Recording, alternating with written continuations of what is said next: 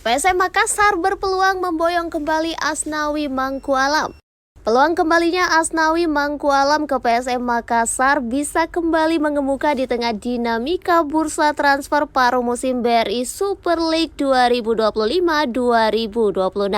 Isu ini menguat seiring langkah PSM yang dikabarkan segera merampungkan perekrutan bek tengah asal Montenegro Dusan Lagator. Nama Asnawi kembali mencuri perhatian setelah mantan pelatih Timnas Indonesia Sinteyong merilis daftar 5 pemain terbaik versinya selama menaungi skuad Garuda. Dalam daftar tersebut, Asnawi yang juga mantan kapten Timnas menempati posisi keempat.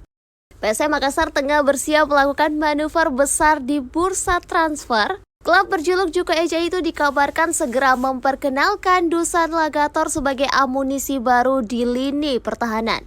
Jika resmi bergabung, Lagator akan langsung menyandang status pemain termahal PSM Makassar saat ini.